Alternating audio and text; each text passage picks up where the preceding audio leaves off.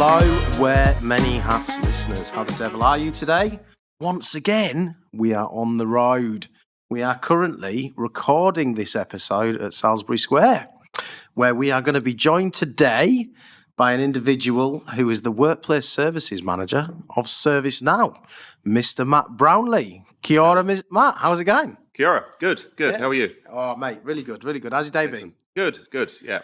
Busy day, of course. Yeah? But happy to be here. Yeah. Happy to be doing the podcast. You've been party planning today, haven't you? A little bit of party planning for our new location that we're opening up this year. Really? Yep. Oh, exciting times. Anywhere nice? Yeah. Emerald Isle, Dublin. Oh, really? Yeah. So You're going to go over there and kiss the Blarney stone? I'll give it a crack. Have a run along giant causeway. Exactly. Oh, good stuff. Well, listen, thank you very much for joining us today. It's an absolute pleasure. I always like to start with a very easy question, to be fair. Look, walk us through your career. Obviously, you're from New Zealand, based on the accent. Exactly. And I know how to say hello in Maori because I lived over there for 8 years. I impressed Matt quite significantly there. Very impressed. Yeah. So walk us through your career. Obviously, it's quite an interesting transition. Yeah, so I actually started, so I left high school when I was 16, a little bit early, but I'd had enough, and actually started working in a kitchen full-time as a chef. Really? Did that for about 5 years, and then decided it was time to go back to university. Yep. Trained to be a primary school teacher. Oh, really? Yeah. Wow. So a BA in education with a minor in mass media communications. Right. And then about 3 weeks after my last exam at uni, I packed my bags, hopped on my first ever long haul flight, landed in the UK. There you go. And then obviously was working in schools for about 18 months. Yeah. So you worked in schools over in the UK? Yeah. Really? I worked at a school for children with very high level special needs. So a lot of non-verbal autism. Oh, so quite challenging then. I mean, that's a pretty challenging role for your first one. Very challenging for someone fresh out of university. How old were you then? 24. God, that's a lot of responsibility for a 24-year-old. So obviously working in those schools, and in that school in particular, we had the classroom teacher and then myself as a teaching assistant, and there was a couple of other teaching assistants in there. Yeah, so I think it was a 3-to-1 ratio of children to teachers. That's pretty good, isn't it? Yeah. I imagine you would have to be very patient in that environment because of the needs of the children. I'm guessing you probably learned some valuable lessons there that you've probably taken across the remainder of your career. Yeah, definitely. Yeah. So patience was key. Yeah. And still is in the career now. But also listening and understanding, but not just understanding. Obviously, we had children that were non-verbal, so you're not just looking for verbal cues. Oh, so non-verbal, you have that ability to understand non-verbal communication as well. Right. And that empathy that you have for people that can't necessarily communicate what they want to communicate. Right. Okay. So can I ask? Because I'm guessing when you were in Whanganui, is it Whanganui? What do we call New Zealand again? Aotearoa. Aotearoa. That's it. It's been a while, kids.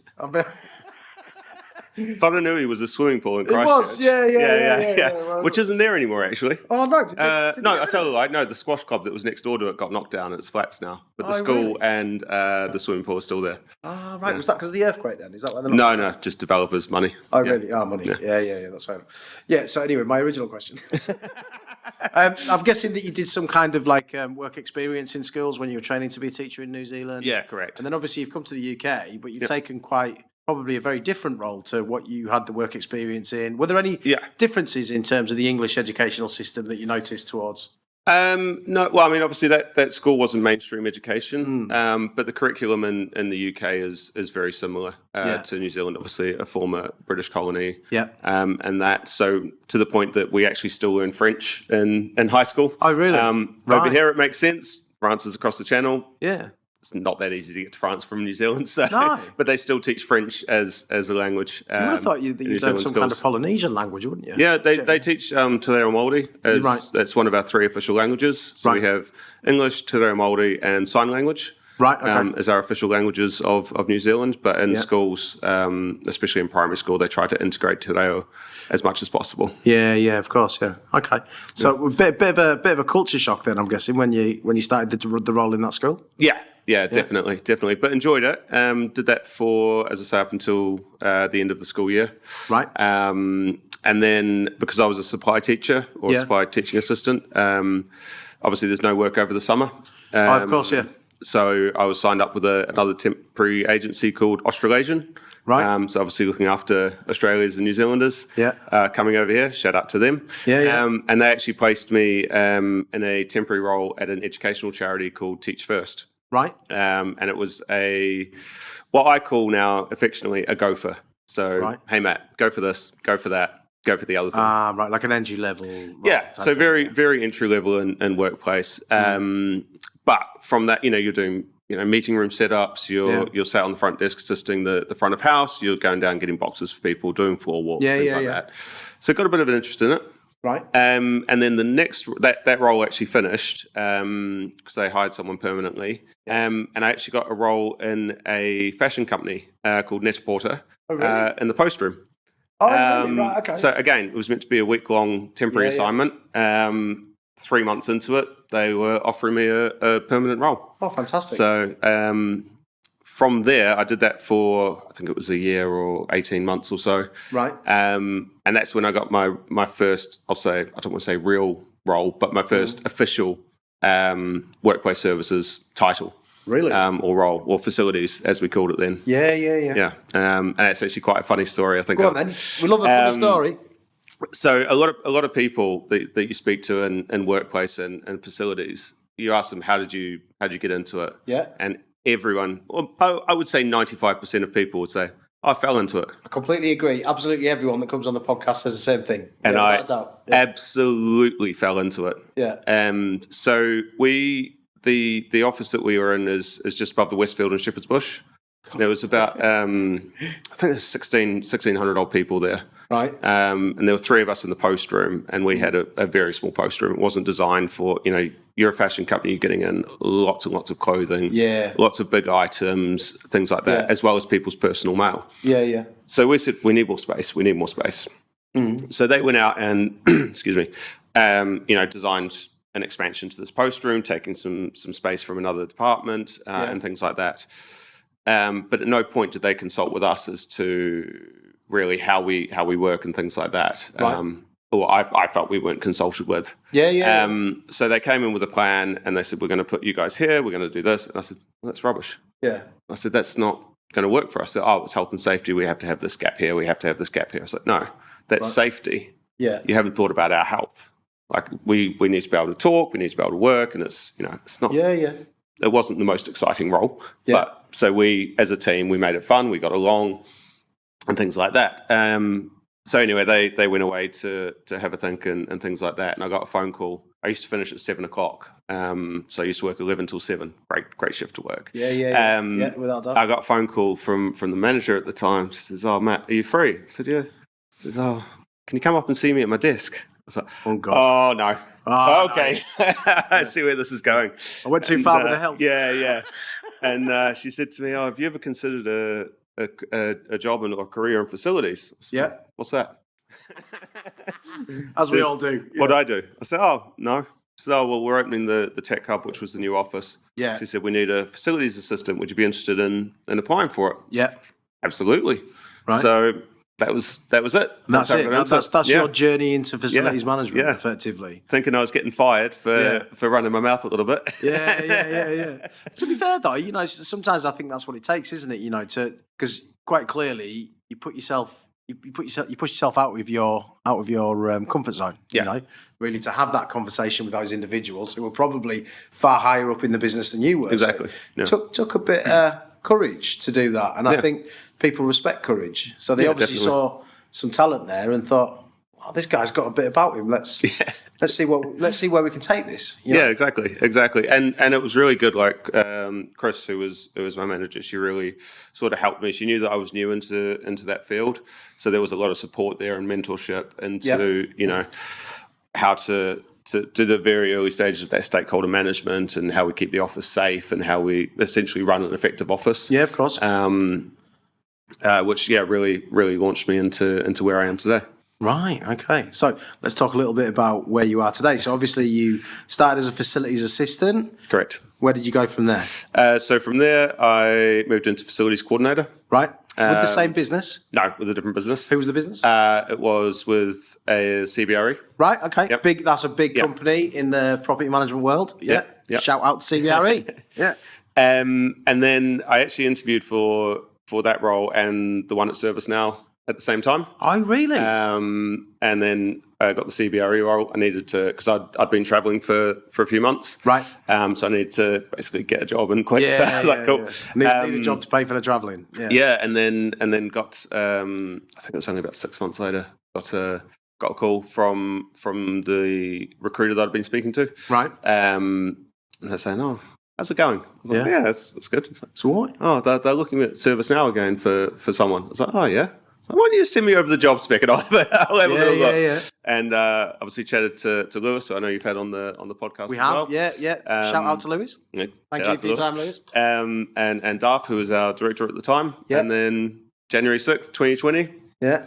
First day walking into ServiceNow Staines office. Fantastic. And you've been here ever since? Been here ever since. Well, to be fair, you've been promoted a couple of times, actually. A couple of times, yeah. So I started in a contractor role. Yep. So I was a contractor for 12 months, then got made to an FTE. Yeah. And then that was as a workplace services site lead. Right.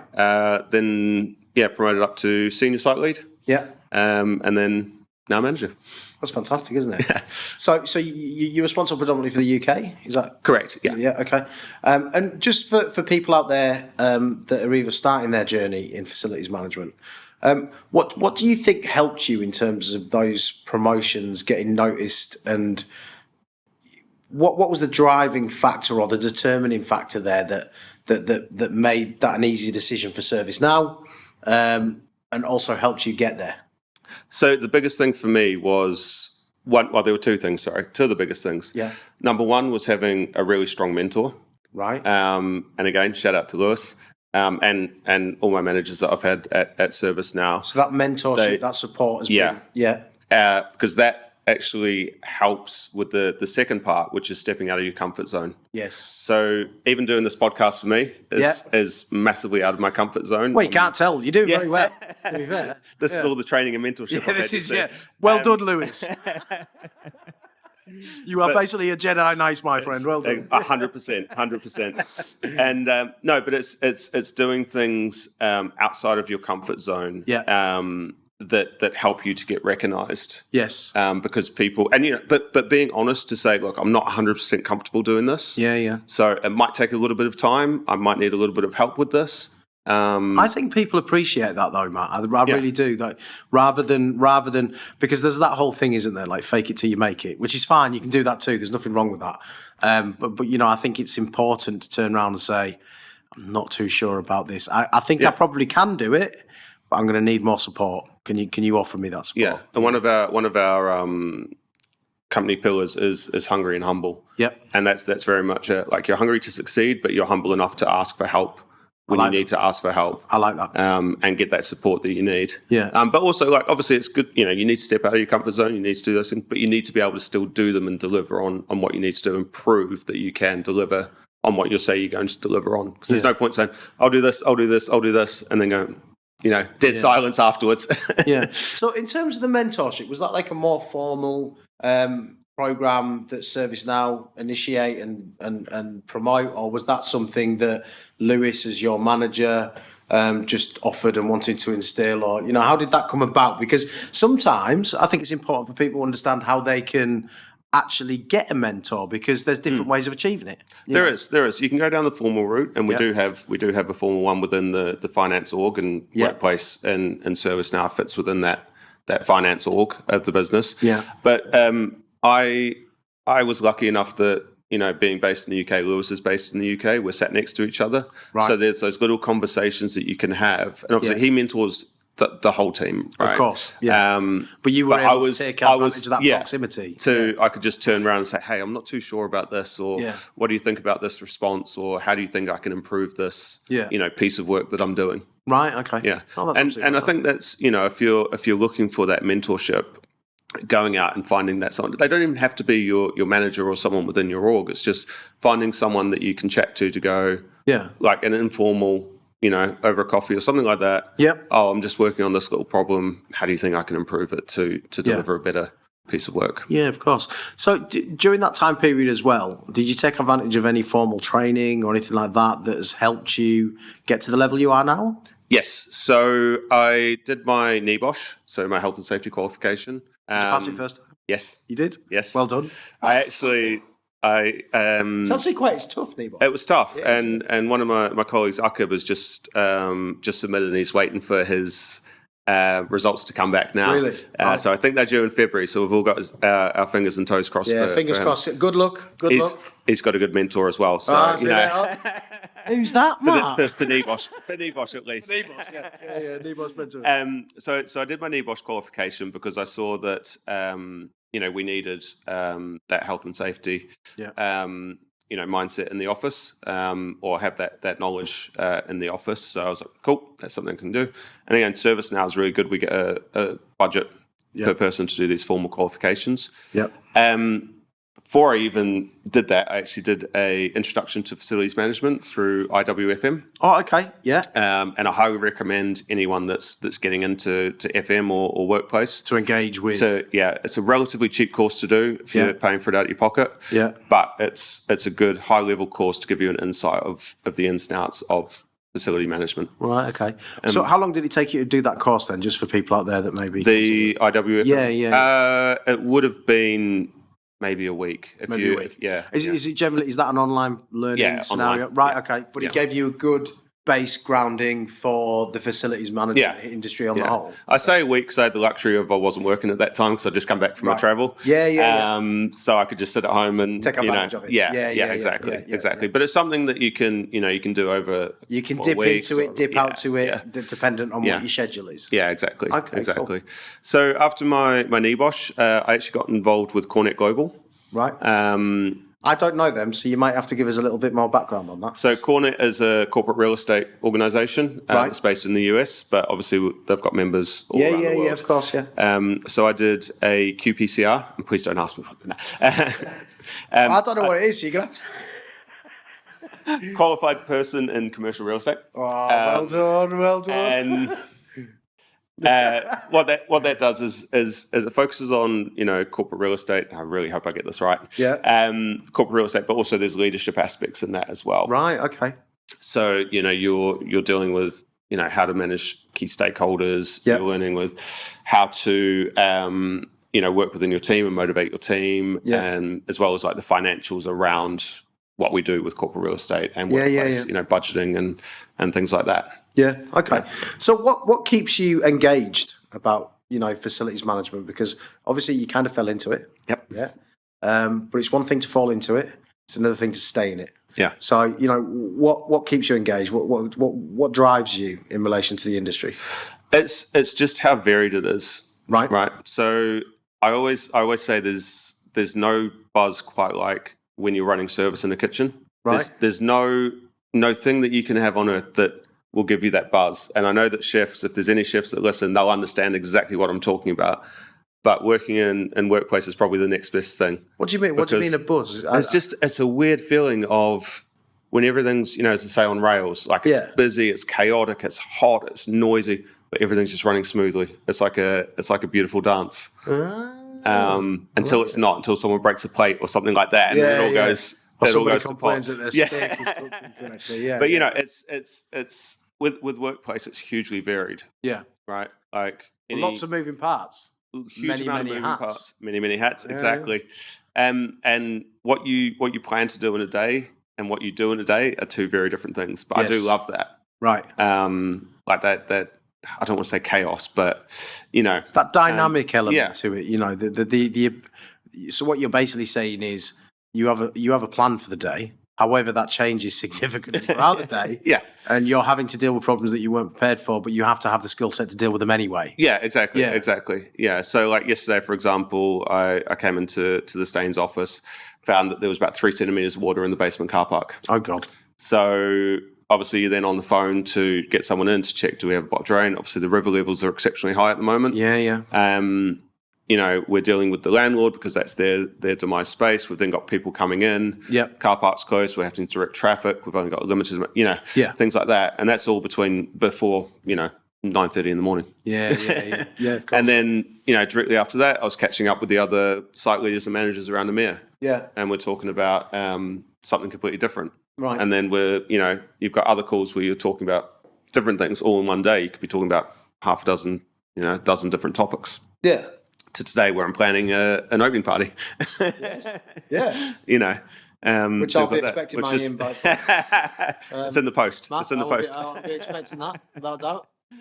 I could go over to the Emerald Isle and see some of your family, couldn't I? You know what I mean? There you go. Yeah. But no, I love it. I genuinely, it's just that crazy buzz is amazing. Okay, well, let me ask you another question. Okay, I don't ask this question very often, but I'm going to ask it to you because I think you can handle it.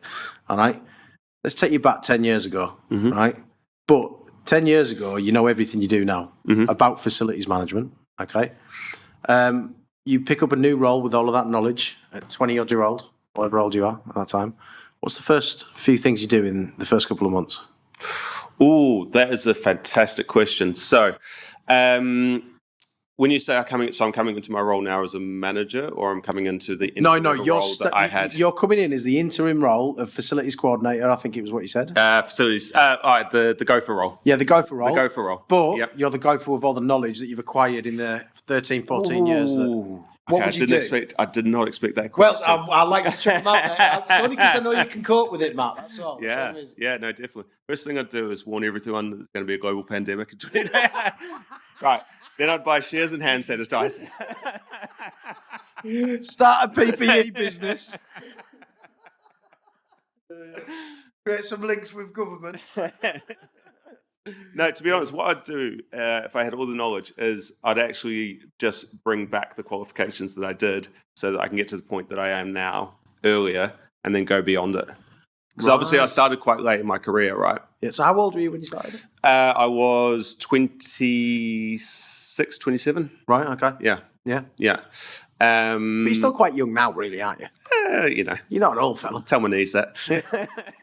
I guess it's one of those, when your knees start telling you it's going to rain 10 minutes before it goes. To be fair. I'm old enough to still look young. I'll take that. Exactly. Exactly. I say that all the time to my wife. She doesn't believe. But yeah, I would keep on the path that I'm doing. Right, okay. But just obviously then the first thing, I would look for someone to mentor. Yeah. Because I know I keep going back to that mentorship, but I know how valuable that is for people that are starting out. But that's important, and I think it's really interesting that the things that you hark back to is the training and the mentorship. Because it sounds to me like they were the two key parts of your career that have helped you push forward. And that's what you would do again if you had your time over, but you'd do it quicker. Yeah, 100%. But that's an important piece of information for people that are listening to this podcast and potentially thinking about moving into the industry, because they can, at home right now go, right, well, I need to do that. Yeah.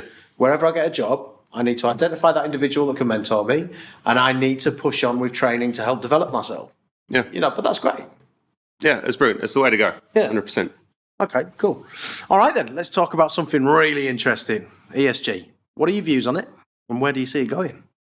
ESG, massively important. Yep. Like, we've only got one Earth, right? Yeah, true. And we, officers, hugely important. Yep. We're always going to have them, but they are a big draw on resources. So we need to make sure that we're doing things to minimize our impact on the environment. Yep.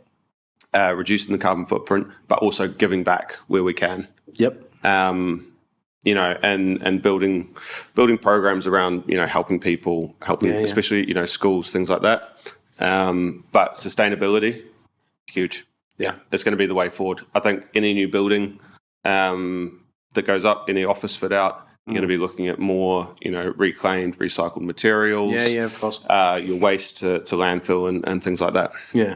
Would you say that young people looking at, potentially taking a career in the area should start thinking about how they can add value in those areas, and, maybe what training that they would that help their career? Would that be something that would be beneficial? Definitely. Yeah. If you can go in when you're starting a career with that angle and have a foundation knowledge around that, it's going to be hugely beneficial to you. Yeah.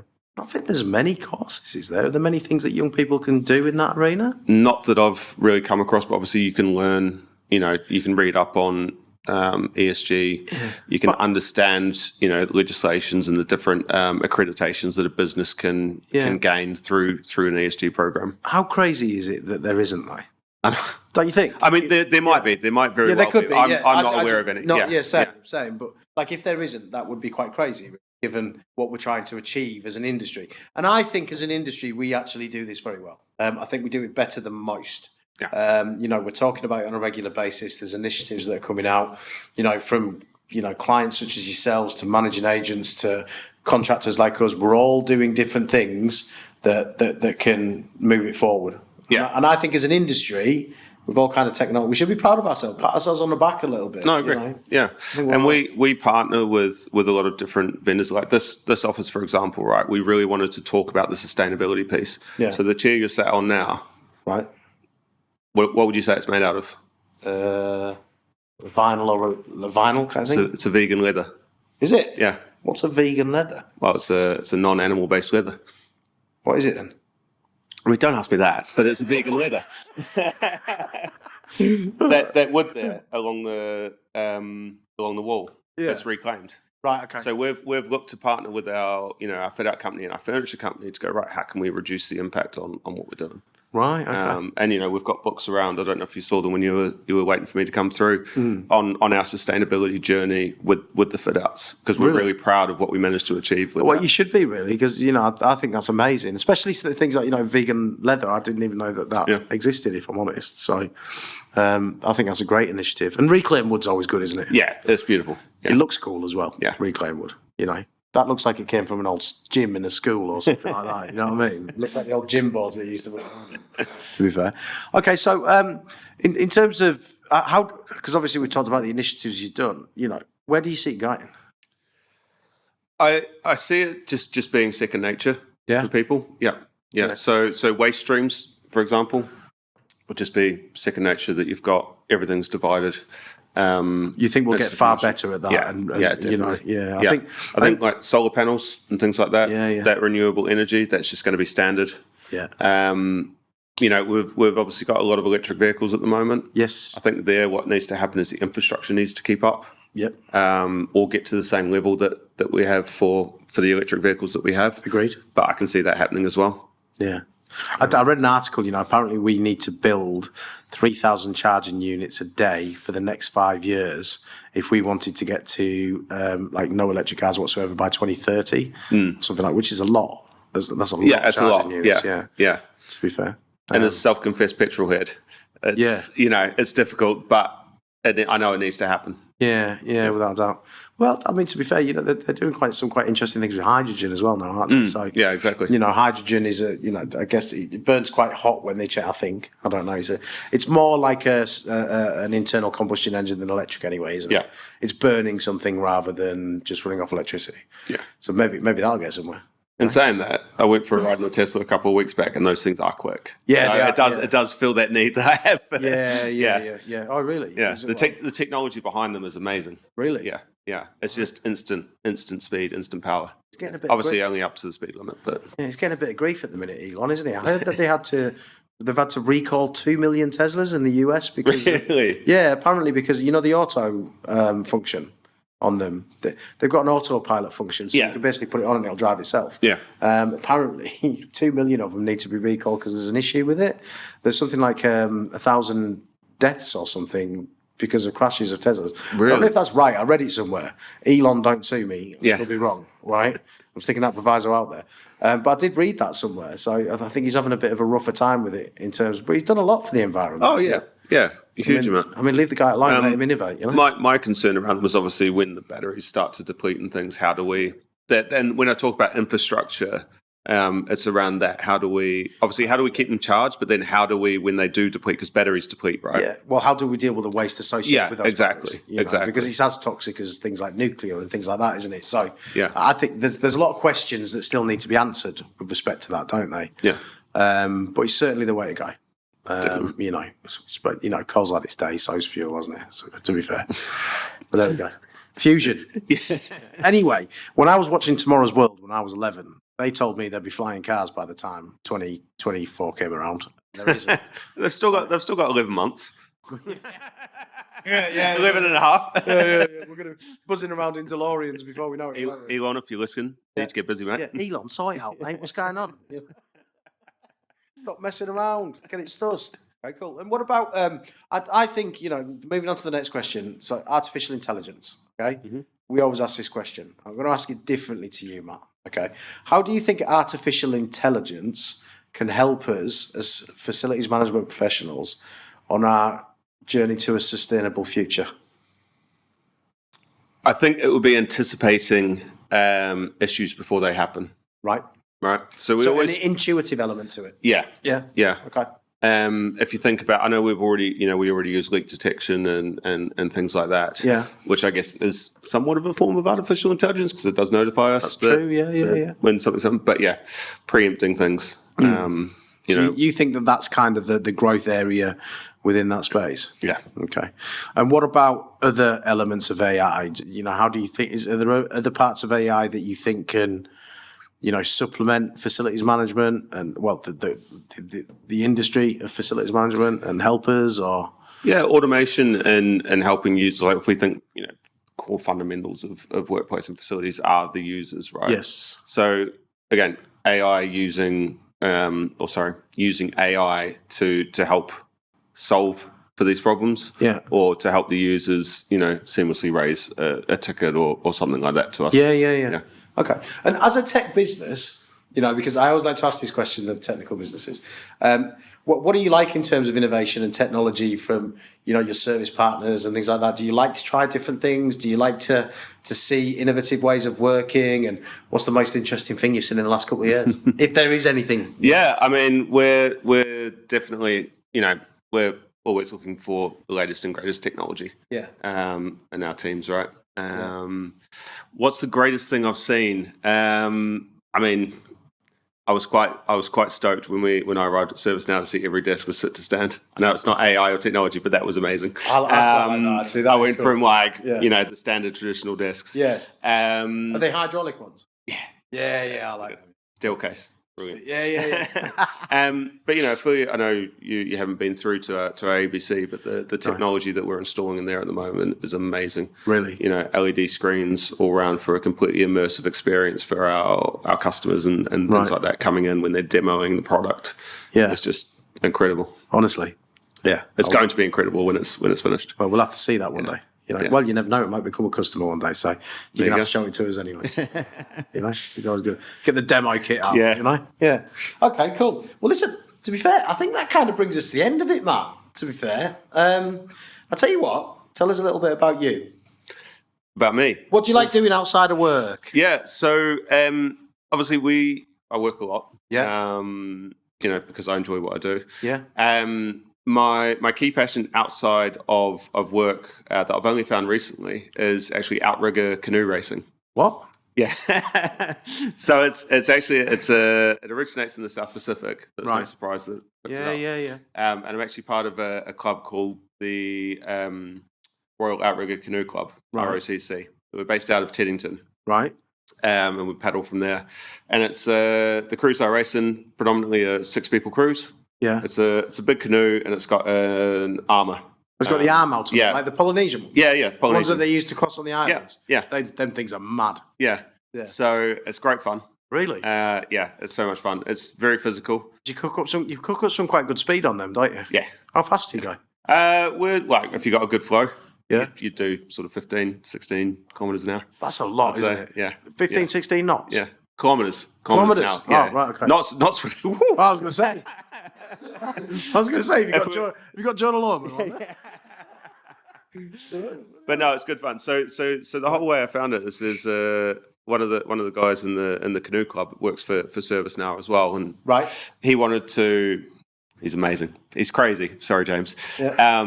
He and 5 others did a Guinness World Record where they really they paddled, and it's paddling, not rowing, because we face the right way when we go down there. Oh, so you're just doing it like that? Yeah. So but you're swapping sides. Yeah. Rather than the.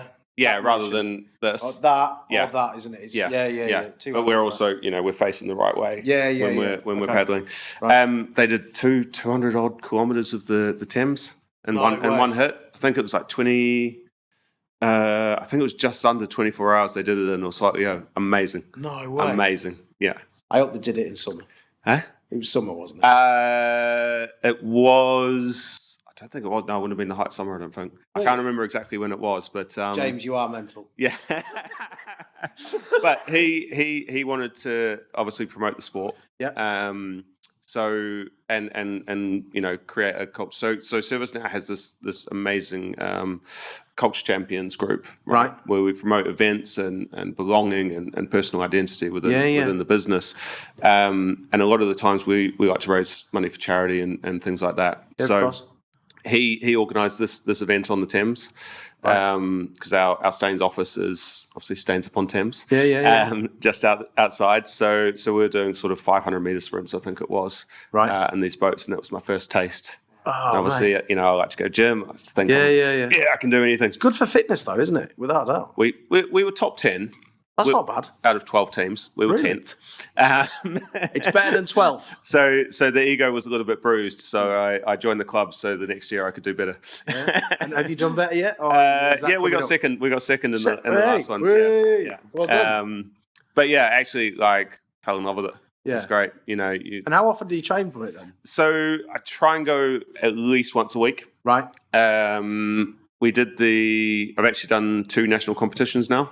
Oh, really? So we did the national sprint event last year, where the crew I was in managed to get, one of the crews I was in, we got bronze for the 1,000 metre. Oh, well done. Which was cool. Never done a 1,000 metre race, never done a turn in one of these boats before, but... Really? Oh, you had to turn as well? Yeah. So it's not just straight on? So the 1,000 metre sprint, it was 250 metre lengths and you're turning, and then, Oh, really? Obviously, you got a 6-person crew, and if you lean to the... That's actually quite hard with an arm, though, isn't it? Yeah. Well, it comes out. There's two Iakus, and then it's got the thing float. Yeah. So if you're leaning towards the armour, okay, it's not going to flip. But if you lean right, as I found out the first time I ever went at a single person one, I flipped about a metre from the bank. My God. Obviously everyone has a certain role. So you do single person ones as well? So to get in the national competitions, you have to set a time trial in the single, but it's good to train in the singles as well. Oh, really? So have you got your own one? No.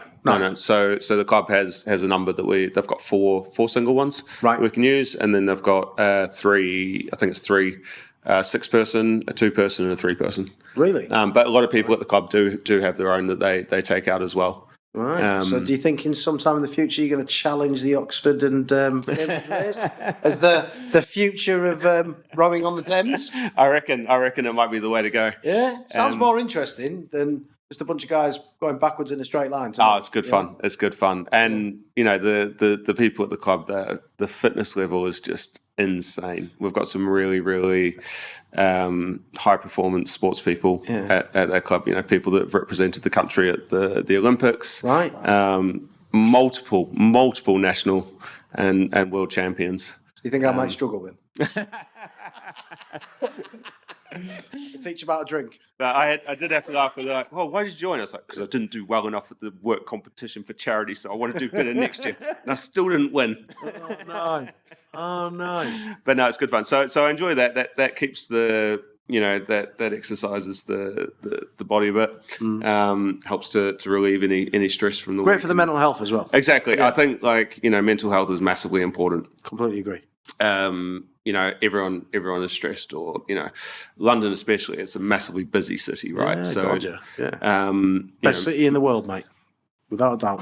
I've been here for nearly 10 years now, so I do think that. I've been to a lot. I do genuinely believe that it's the best city in the world. But looking after your mental health is massively important. Crucial. So and getting outside, even if you're paddling in the dead of winter, where it's I think it's -6 or something one day. Yeah, and you're out on the Thames, and that first time you get your hand in the water, and it's.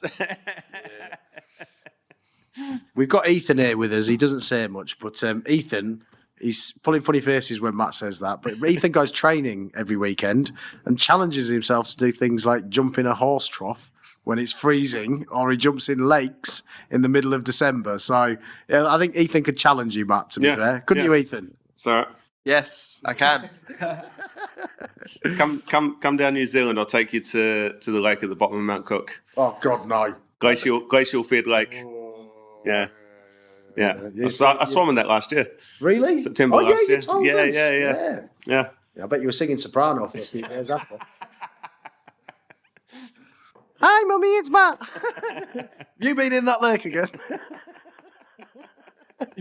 All right, Matt. Well, listen, it has been an absolute pleasure. Thank you very much for joining us here at Wear Many Hats. It's been fantastic to learn about your career. Have you enjoyed it? Loved it. Yeah. Thank you very much for having us. We'll have to get you back in a few years' time for a follow-up episode. Yeah, definitely. Look forward to it. Matt Brownlee. 2. All right, Wear Many Hats listeners. That's it for another episode of the show. Another really interesting one. Matt's journey has been fantastic. And I think we can all learn a little something about that, and especially people that are looking at coming into the industry. Thanks again for joining us on the show. We will see you next time.